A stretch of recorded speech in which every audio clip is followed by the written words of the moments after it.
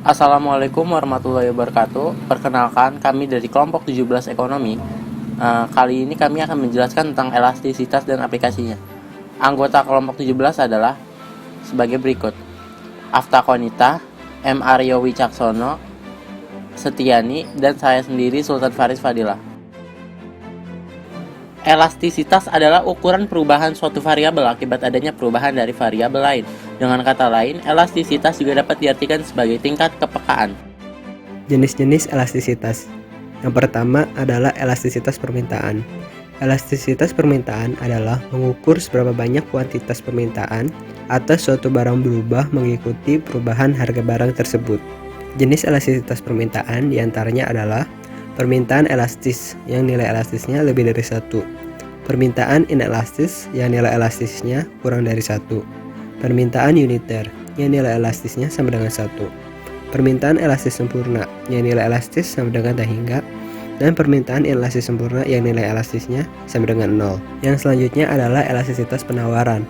Elastisitas penawaran adalah perubahan kuantitas penawaran dibagi dengan persentase perubahan harga. Jenis elastisitas penawaran diantaranya adalah penawaran elastis yang nilai elastisnya lebih dari 1, penawaran inelastis yang nilai elastisnya kurang dari 1, penawaran uniter yang nilai elastisnya sama dengan 1, penawaran elastis sempurna yang nilai elastisnya sama dengan tak hingga, dan penawaran inelastis sempurna yang nilai elastisnya sama dengan 0. Elastisitas lainnya yaitu elastisitas silang dan juga elastisitas pendapatan. Elastisitas silang yaitu persentase perubahan jumlah barang yang diminta akibat terjadinya perubahan harga barang lain. Sedangkan elastisitas pendapatan yaitu persentase perubahan kuantitas barang yang diminta akibat terjadinya perubahan pendapatan. Faktor yang mempengaruhi elastisitas permintaan yang pertama adalah tingkat kemudahan barang tersebut digantikan oleh barang lain, lalu besarnya proporsi pendapatan yang digunakan untuk membeli suatu barang, jangka waktu analisis perubahan-perubahan yang terjadi di pasar, dan jenis barang yang dibutuhkan seperti barang pokok, barang mewah, atau barang normal. Lalu, faktor yang mempengaruhi elastisitas penawaran adalah sifat produk, sifat perubahan biaya produksi, dan jangka waktu. Contoh kasus elastisitas antara lain, yang pertama, diskon pada pakaian. Mungkin teman-teman sering melihat ada diskon pakaian di toko-toko atau mal-mal. Apa sih tujuan dari diskon? Tujuan dari diskon adalah untuk meningkatkan jumlah permintaan. Karena pada dasarnya, turunnya harga pakaian akan menyebabkan jumlah permintaan pakaian meningkat.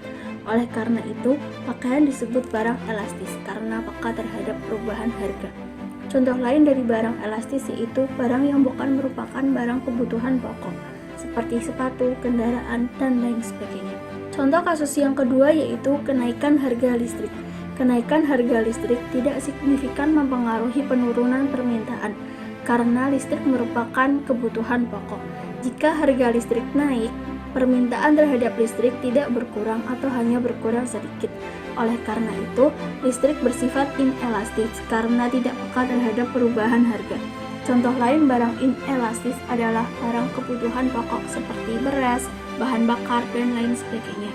Kemudian, contoh kasus yang ketiga yaitu barang pertanian. Barang pertanian termasuk barang inelastis pada elastisitas penawaran karena produsen sulit mengubah tingkat produksinya karena dipengaruhi masa panen dan musim. Kemudian contoh kasus yang keempat yaitu barang industri. Barang industri termasuk barang elastis pada elastisitas penawaran karena produsen mudah mengubah tingkat produksinya karena tidak tergantung masa panen dan musim.